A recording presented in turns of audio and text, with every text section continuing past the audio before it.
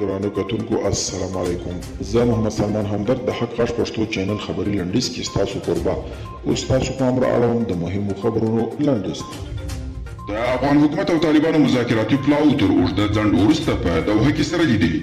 د دواړو لورو مطبوعاتي برخو په خپرو کړو ټویټ پیغامونو کې ویلي چې په دې لیدنه کې په افغانستان کې پر روان وضعیت او د سولې پر وروستیو پرمختګونو خبرې شوي. پاکستان یو ځل بیا ویلي چې په افغانستان کې د سولې له پروسې بشپړ ملاتړ کوي او په دې برخه کې همکار دی. د پاکستان د بهرنیو چارو وزارت په یوه خپره کړې اعلامیه کې په افغانستان کې پر ښکېلو لورو د دایمي ډزبندۍ غږ کړی دی او ټینګار یې کړی دی چې دلته روانه جګړه یوازې د خبرو له لارې ختمېدلی شي. طالبان وایي دوی د برېښنا پایو په نړولو کې هیڅ لاس نه لري. د طالبانو د قطر دفتر میان ډاکټر محمد نعیم په ټویټ پیغامونو کې ویلي چې د حکومت په سیمو کې د پایو نړولو د دې کار نه دی او په خبره یې دوی دغه ډول ورانکاره فعالیتونه چې عامه تاسیسات ته زیان واړوي نه ترسره کوي. او یو شمېر جرمني ډیپلوماتانو له چارواکو د ځینو افغانانو لاسنیوی غوښتی دی.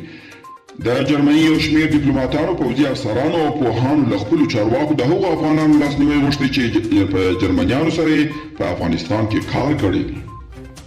او اروپایي ټولنې پر روسیې له دې کبله انتقاد کړی چې امریکا او چک جمهوریت یې غیر دوست هیواد نومولی.